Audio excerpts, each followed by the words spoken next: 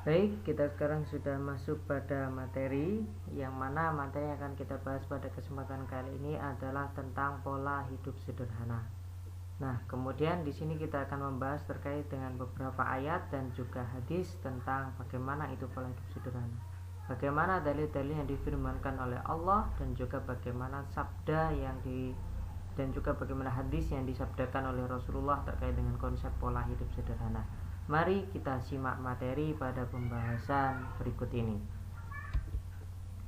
Nah, terkait dengan ayat dan juga hadis tentang pola hidup sederhana, di sini kita akan mempelajari ada 3 surat yang berkaitan dengan pola hidup sederhana dan juga beberapa hadis tentang larangan berlebih-lebihan dan juga menyantuni kaum duafa. Nah, yang pertama, mari kita buka dulu Quran surat Al-Furqan ayat 67. Nah, di sini dijelaskan oleh Allah, difirmankan olehnya, A'udzu billahi minasyaitonir rajim. Bismillahirrahmanirrahim. Walladzina idza anfaqu lam yusrifu wa lam yaqturu wa kana baina dzalika qawama. Yang artinya di sini, dan orang-orang yang apabila membelanjakan harta mereka tidak berlebihan dan tidak pula kikir, dan adalah pembelanjaan itu di tengah-tengah antara yang demikian. Artinya ketika kita memiliki sebuah harta kemudian kita membelanjakan harta tersebut, kita janganlah berlebih-lebihan, janganlah boros ketika belanja. Penuhi segala apa yang menjadi kebutuhan kita, namun jangan turuti semua keinginan kita, karena itu akan menjerumuskan ke dalam sifat yang boros. Dan tidak pula kikir, artinya jangan terlalu pelit ketika membelanjakan harta. Ditakutkan nanti ketika kita terlalu pelit dalam membelanjakan harta, untuk sedekah pun kita pelit, untuk memberi kepada orang lain kita juga akan menjadi pelit. Maka jangan berlebih-lebihan dan juga jangan pula kikir. Jangan terlalu boros dan juga jangan terlalu pelit.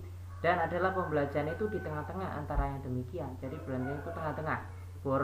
Belanja ya secukupnya, jangan sampai boros, tapi dalam hal sedekah kita juga jangan terlalu kikir. Tuh. Kemudian berikutnya surat yang kedua adalah Quran surat Al-Isra, ada dari ayat 26 sampai ayat 30.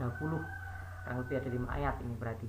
Nah, kita bahas satu persatu dari ayat-ayat Quran surat Al-Isra ayat 26 sampai 30. Yang pertama di sini adalah Quran surat Al-Isra ayat 26 yang bunyinya Bismillahirrahmanirrahim. Wa'ati dzal qurba haqqahu wal miskina wabnas sabili wa la tubadzir tabdzira.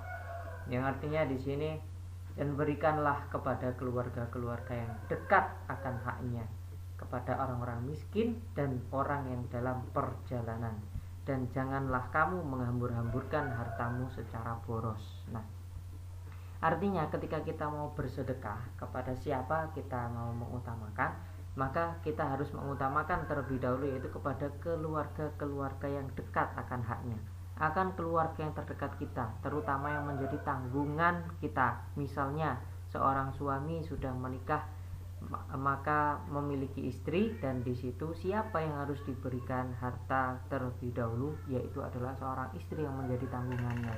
Itu adalah termasuk keluarga yang terdekat yang menjadi tanggungan. Nah, kalaupun kita mau bersedekah kepada orang lain, kita lihat dulu kerabat-kerabat kita, keluarga-keluarga kita, itu yang kita dahulukan. Baru ketika kerabat kita, keluarga kita sudah dalam kategori mampu, kemudian kita menginfakkan, memberi kepada orang-orang yang miskin. Nah, setelah orang-orang yang miskin, kemudian kita melihat orang-orang yang sedang dalam perjalanan ketika membutuhkan bekal, maka itu kita disunahkan untuk memberi, untuk bersedekah kepada orang-orang yang sedang dalam perjalanan. Dan janganlah kamu menghambur-hamburkan hartamu secara boros. Nah, maka daripada harta kita buat secara berfoya-foya yang tidak akan ada manfaatnya nantinya, maka lebih baik kita tabung harta kita untuk investasi akhirat kita. Nah, yang mana orang yang kaya di akhirat nanti itu adalah orang yang menabung dengan cara bersedekah. Orang tidak pernah bersedekah, bersedekahnya sedikit, maka di akhirat nanti dia akan menjadi orang yang miskin. Nah, lain dengan orang yang senantiasa bersedekah senantiasa bersedekah, rajin bersedekah, maka insya Allah di akhirat nanti harta tersebut akan menolong kita dari siksa api neraka, dan kita akan menjadi orang yang kaya di akhirat nantinya. Amin. Nah, ini dari Quran surat Al-Isra ayat 26. Kemudian kita lanjutkan ke ayat yang 27. Masih dalam Quran surat Al-Isra. Di sini yang menyebutkan Bismillahirrahmanirrahim. Innal mubadzirina kanu ikhwana syayatin wa kana syaitanu lirabbih kafura.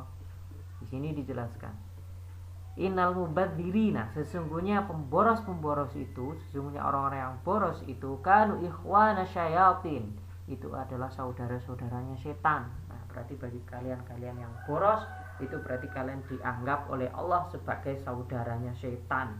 Nah, jangan sampai kita sebagai saudara setan, karena kalau kita menjadi saudaranya setan, nanti kita akan ditarik oleh setan ke dalam neraka.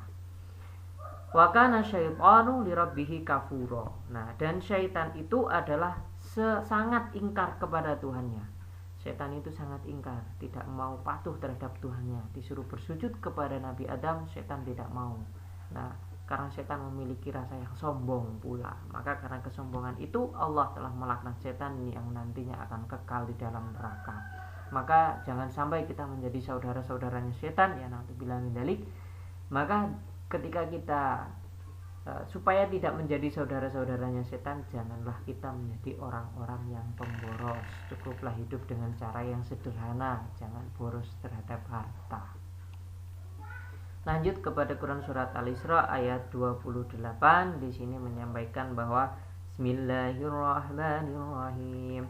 Wa imma tu'ridanna 'anhum ibtigha'a rahmatin min rabbika tarjuha faqul lahum qawlan maysura.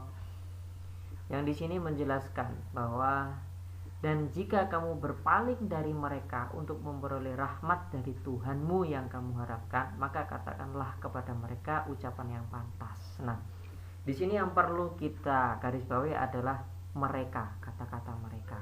Dan jika kamu berpaling dari mereka, merekanya ini siapa yang dimaksud dalam ayat ini? Nah, mereka yang dimaksud dalam ayat ini adalah kaitannya dengan Quran surat Al-Isra ayat 26 tadi. Nah, di dalam Quran surat Al-Isra ayat 26 tadi, di sini membahas bahwa yang diberikan harta adalah keluarga-keluarga yang dekat akan haknya, orang miskin, dan juga orang yang sedang dalam perjalanan. Itu yang dimaksud mereka pada ayat 28. Nah, yang dimaksud di sini, jika kamu berpaling dari mereka, ketika kita tidak mampu memberi keluarga kita, tidak mampu memberi orang miskin, tidak mampu memberi kepada orang sedang dalam perjalanan, artinya kita tidak akan memperoleh rahmat dari Tuhanmu. Karena memberi itu adalah tujuannya adalah untuk memperoleh rahmat dari Tuhan, dari Allah yang kita harapkan. Nah, maka ketika kita tidak mampu memberi kepada mereka, katakanlah kepada mereka ucapan yang pantas. Jadi kita harus berkata yang lembut, berkata yang sopan. Jangan kita kemudian berkata yang kasar, membentak dan lain sebagainya. Ketika kita tidak mampu bersedekah, cukuplah dengan berkata dengan ucapan yang pantas. Lanjut kepada Quran surat Al-Isra ayat 29. Di sini ayatnya berbunyi Bismillahirrahmanirrahim. ولا تجعل يدك مغلولة إلى عنقك ولا تبسطها كل البسط فتقعد ملوما محسورا.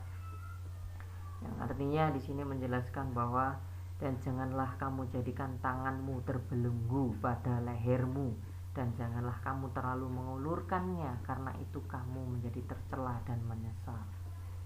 Wala taj'al yadaka, janganlah kamu jadikan tanganmu mahlulatan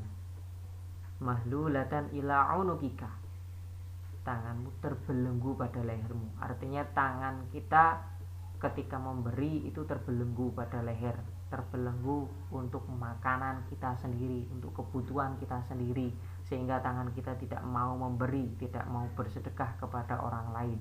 Maka janganlah kamu menjadikan tanganmu terbelenggu, menjadi kikir seperti itu. Wala tabsubha, dan janganlah kamu terlalu mengulurkannya. Nah, terlalu mengulurkannya ini adalah kita terlalu mengeluarkan harta kita untuk berfoya-foya, untuk berlebih-lebihan, boros dalam belanja ini dan itu, sehingga kita menjadi orang yang boros. Yang mana orang yang boros tadi disebutkan dalam Quran surat Al-Isra 27 bahwa orang yang boros itu adalah saudaranya setan.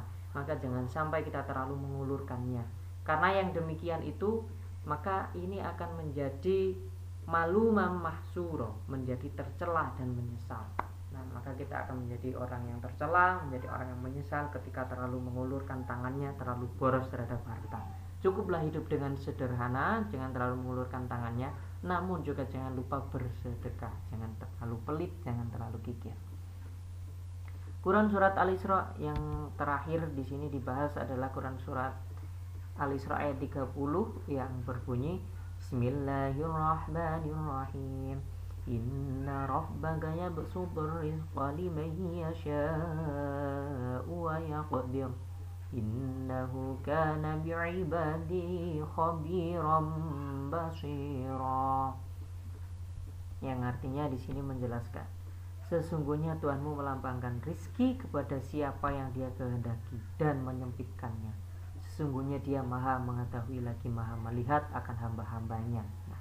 Jadi Allah lah yang akan memberi rizki kepada kita. Allah memberi rizki kepada kita. Maka Allah bisa melapangkan rizki, bisa memberi orang tersebut rizki yang banyak kepada siapa saja yang Dia kehendaki. Namun Allah juga bisa menyempitkan rizki sehingga orang tersebut menjadi miskin. Karena sesungguhnya Allah itu mengetahui dan juga lagi Maha melihat akan hamba-hambanya, akan perbuatan-perbuatan hambanya. Maka itu akan dibalas oleh Allah berupa kelapangan rizki ataupun kesempitan rizki sesuai dengan amal ibadah kita kepadanya.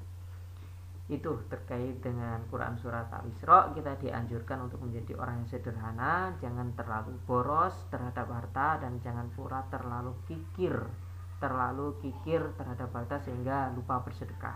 Karena kalau kita sampai menjadi orang yang boros, kita menjadi saudaranya setan, artinya sifat kita sama dengan setan dan kita akan masuk ke dalam neraka. Oke.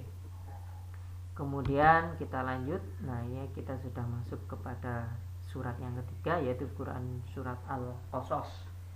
Surat Al-Qasas ini juga ada beberapa ayat yang dibahas, mulai dari ayat 79, 80, 81 dan 82.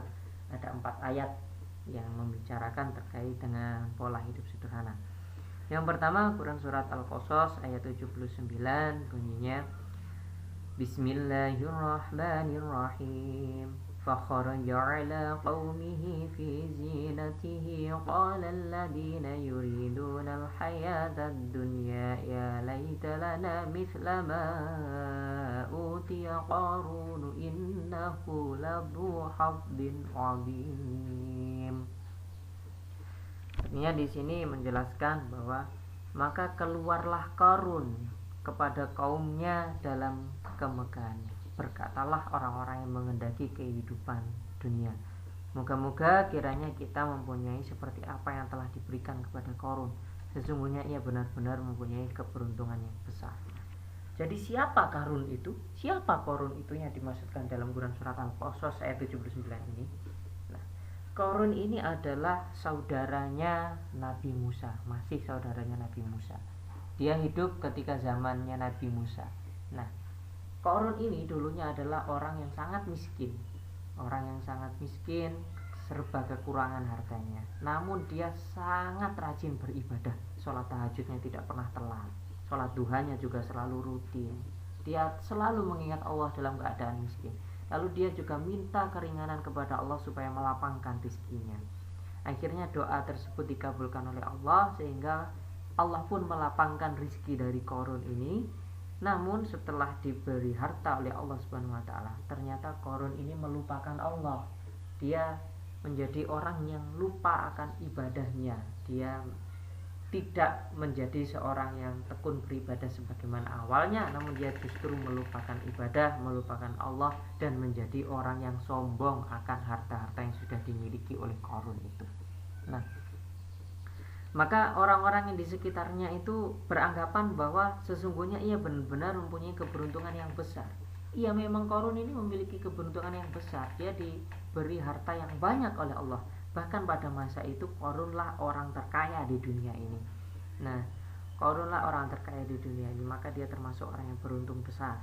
Nah, namun karena kesombongannya, maka Qarun pun ini diberi azab. Azabnya dibahas di ayat berikutnya. Nah, yang mana yang dapat kita petik di ayat 79 ini, ketika kita memiliki sikap sombong akan harta kita, maka Allah pasti akan memberikan azab. Nah, maka ketika kita memiliki harta yang banyak, kita syukuri. Kemudian kita membiasakan hidup dengan pola hidup sederhana, yang mana kita tidak terlalu mewah, tidak terlalu mabior-mabior, tidak terlalu berfoya-foya, namun gunakanlah harta dengan bijak, dengan bersedekah, dan juga jangan lupa ibadah kita kepada Allah. Kita tetap harus hidup secara sederhana meskipun harta kita melimpah. Lanjut kepada ayat yang berikutnya, yaitu ayat 80, masih pada Quran surat Al-Qasas, yang bunyinya di sini Bismillahirrahmanirrahim. Wa qala alladziina utul ilma wailakum thawabullahi khairul liman amana wa 'amila shalihan wa la yulqaha illa as-sabirun. Nah, di sini menjelaskan bahwa berkatalah orang-orang yang dianugerahi ilmu. Nah, orang yang diberi ilmu ini berkata bahwa kecelakaan yang besarlah bagimu. Pahala Allah adalah lebih baik bagi orang-orang yang beriman dan beramal soleh, dan tidak diperoleh pahala itu kecuali oleh orang-orang yang sabar. Artinya di sini menjelaskan bahwa orang yang berilmu berkata kecelakaan yang besarlah bagimu. Ini adalah berkata kepada Qarun tadi. Qarun yang tadinya rajin beribadah karena sudah diberi harta oleh Allah, dia melalaikan Allah sehingga dia menjadi orang yang sombong. Maka orang yang berilmu berkata bahwa kecelakaan yang besarlah yang akan menimpa Qarun dengan kesombongan hartanya itu. Pahala Allah adalah lebih baik bagi orang-orang yang beriman dan beramal soleh. Nah, jadi pahala Allah itu akan diberikan kepada orang yang memiliki iman dan juga beramal soleh, bersedekah, tidak sombong. Tapi Qarun ini ketika sudah diberi harta, meskipun dulunya dia rajin beribadah, ketika dia bergelimang harta, dia melupakan Allah, melupakan beramal soleh, melupakan sedekah, sehingga dia menjadi orang yang sombong. Maka pahala Allah tidak akan diperoleh oleh si Qarun ini, dan tidak diperoleh pahala itu kecuali oleh orang-orang yang sabar. Nah, Qarun ini setelah berkelimang harta, dia menjadi orang yang tidak sabar, menjadi orang yang sombong, sehingga dia dimurkai oleh Allah, mendapatkan dosa dan juga mendapatkan azab. Lanjut pada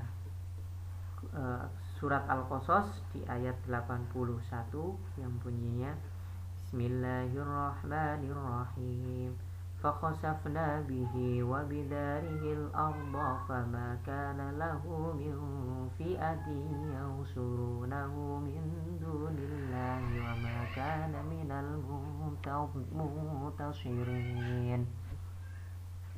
Yang artinya, maka kami benamkanlah Qarun beserta rumahnya ke dalam bumi, maka tidak ada baginya satu golongan pun yang menolongnya terhadap azab Allah. Dan tiadalah ia termasuk orang-orang yang dapat membela dirinya. Nah, di sini dijelaskan azabnya dari seorang Qarun yang tadi telah mendustakan Allah karena sudah berkelimang harta. Di sini kami benamkanlah, Allah benamkan si Qarun itu beserta rumahnya, beserta hartanya ke dalam bumi. Jadi ditenggelamkan ke dalam bumi, yang mana pada masa itu dikisahkan bahwa terjadi sebuah gempa bumi yang sangat dahsyat, sehingga rumahnya Qarun itu runtuh ke dalam bumi, hartanya runtuh ke dalam bumi, termasuk Qarun pun juga langsung lenyap ke dalam bumi. Nah, ketika itu tidak ada baginya satu golongan pun yang akan menolong Qarun terhadap azab Allah. Nah, karena terkait dengan azab Allah sangat pedih, pada saat itu Qarun ini adalah orang yang sangat sombong, maka seluruh orang yang berada di sekitarnya pun tidak mau menolong si Qarun ini. Akhirnya Qarun ini adalah termasuk orang yang sangat murka, dan tiadalah ia termasuk orang-orang yang dapat membela dirinya. Tidak ada, dia tidak bisa membela dirinya. Nah, maka ketika kita sekarang memperoleh harta-harta yang berada di dalam tanah, harta-harta bumi, mungkin seperti emas dan sebagainya, maka itu terkenalnya dengan istilah harta karun. Harta karun karena berawalnya dari sini. Korun ini memiliki harta yang sangat melimpah karena sifat sombongnya melupakan Allah, maka Allah pun menenggelamkan korun beserta hartanya ke dalam bumi. Maka kemudian terpencarlah harta-harta itu ke dalam bumi, ke seluruh bumi ini. Maka ketika ada temuan-temuan harta barang berharga di dalam tanah, itu disebut dengan harta karun karena berawalnya dari sini. Lanjut pada ayat yang terakhir di Quran surat Al-Qasas ayat 82 yang bunyinya Bismillahirrahmanirrahim. وأصبح الذين تمنوا مكانه بالأمس يقولون ويكأن الله يبسط الرزق لمن يشاء من عباده ويقدر لولا أمن الله علينا لخسف بنا ويكأنه لا يفلح الكافرون, yang artinya, dan jadilah orang-orang yang kemarin mencita-citakan kedudukan korun itu berkata. Nah, yang kemarin mengatakan bahwa korun itu sangat beruntung, memiliki keuntungan yang besar, sekarang ketika korun sudah dibenamkan, orang-orang tersebut berkata, aduhai, benarlah Allah melapangkan rezeki bagi siapa yang Dia kehendaki dari hamba-hambanya dan menyempitkannya. Kalau Allah tidak melimpahkan karunia-Nya atas kita, benar-benar Dia telah membenamkan kita pula. Aduhai, benarlah tidak beruntung orang-orang yang mengingkari nikmat Allah. Nah, jadi Allah Maha melapangkan rizki, Maha menyempitkan rizki. Maka tidak beruntung bagi orang-orang yang mengingkari nikmat Allah, termasuk korun tadi. Dia orang tidak beruntung karena dibenamkan oleh Allah ke dalam tanah. Maka kita jangan sampai mengingkari nikmat, kita harus bersyukur akan segala nikmat yang diberikan oleh Allah. La in syakartum la azidannakum, barang siapa yang bersyukur pasti Allah akan menambahkan rezekinya. Wala in kafartum inna adzabi lasadid, dan tetapi ketika orang tersebut kufur terhadap nikmat Allah, mengingkari nikmat Allah, maka azab Allah sangat pedih. Di sini dicontohkan bahwa harta beserta manusianya ditenggelamkan ke dalam bumi. Itu terkait dengan 3 surat pada bab pola hidup sederhana. Setelah kita mempelajari 3 surat tersebut, kita lanjut kepada hadis-hadis tentang larangan berlebihan dan juga menyantuni duafa. Ada beberapa hadis yang akan kita bahas di sini. Yang pertama, hadis riwayat Ibnu Majah. An Abdullah ibni Amrin anna Rasulullah sallallahu alaihi wasallam. Dari Abdullah bin Amr berkata bahwa Rasulullah di sini marra bi Sa'din wa huwa yatawaddau, melewati Sa'id yang sedang berwudu. Melewati Sa'id, seorang sahabat yang sedang berwudu. Faqala, kemudian Rasul bersabda, ma hadas syarafu, kenapa berlebihan seperti ini? Nah, faqala, lalu Sa'id menjawab berkata, afil wudu'i israf, apakah dalam berwudu ada yang dianggap berlebih-lebihan? Qala, Rasulullah menjawab, Rasulullah bersabda, na'am, wa in kunta ala naharin jari, ya, meskipun kamu berada di atas sungai yang mengalir. Hadis riwayat Ibnu Majah. Di sini dapat kita petik pelajaran bahwa dalam hal berwudu saja kita masih dilarang berlebih-lebihan oleh Allah Subhanahu wa taala. Apalagi dalam hal yang lain kita tidak boleh berlebih-lebihan, tidak boleh boros. Dalam hal berwudu yang menggunakan air meskipun di atas sungai yang mengalir, kita tidak boleh berlebih-lebihan ketika menggunakan air. Ya, gunakanlah air secukupnya yang kita gunakan untuk berwudu. Jangan kita berlebih-lebihan.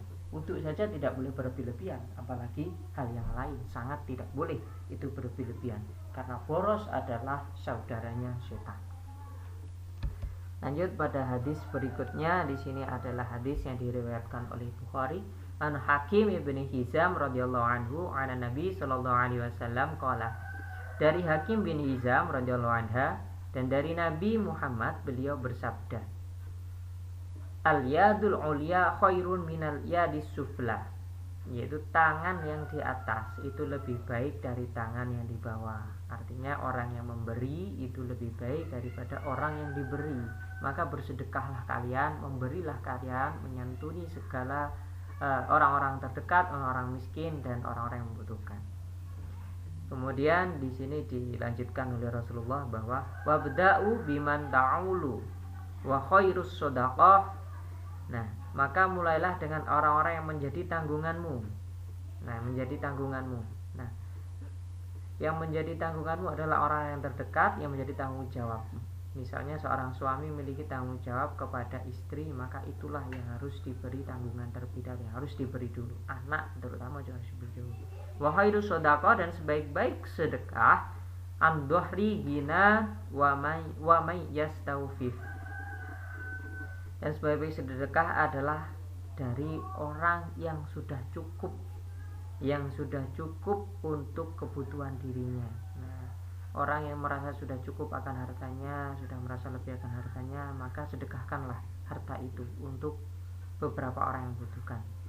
Yu'ifahullahu wa may yastahni yuhnihillah. Maka siapa yang berusaha menjaga dirinya, Allah akan menjaganya. Dan siapa yang merasa cukup untuk dirinya, maka Allah akan mencukupkannya. Nah, ketika kita merasa cukup, maka Allah akan mencukupi rezeki kita. Ketika kita berusaha menjaga diri kita dari kekurangan, Allah akan menjaga kita. Nah, jadi kalau kita sudah merasa cukup, maka insya Allah Allah akan mencukupi segala kebutuhan kita. Jadi ketika kita merasa cukup, jangan segan-segan untuk bersedekah, karena bersedekah itu tidak akan mengurangi harta kita, malah justru Allah akan menambahkan harta kita. Allah akan mencukupkan harta kita ketika kita sudah merasa cukup. Lanjut kepada hadis berikutnya. Ini adalah hadis yang terakhir dari Abu Karimah Miqdad bin Ma'di Karib radhiyallahu anha. An Miqdam bin Ma'di Karib qala sami'tu Rasulullah sallallahu alaihi wasallam. Yang mana Abu Karimah Miqdad bin Ma'di Karib ini berkata bahwa saya mendengar Rasulullah sallallahu alaihi wasallam yaqul bersabda. Rasulullah bersabda, "Ma mala adamiyun saya ulangi, ma mala adamiyun wi'aan surran min batni bihasbi ibni adam." Tidaklah lebih berbahaya seseorang itu memenuhi suatu bejana melebihi bahayanya memenuhi perut. Nah, jadi ketika kita makan sesuatu, jangan sampai memenuhi bejana. Bejananya adalah piring ya, jangan sampai memenuhi piring melebihi bahaya memenuhi perut, melebihi batas perutnya. Jadi ketika kita makan, ketika kita minum, jangan berlebihan ketika mengambil. Jangan sampai perut kita di sini merasakan kekenyangan yang sangat. Ini akan bahaya. Ini sama dengan orang yang berlebihan.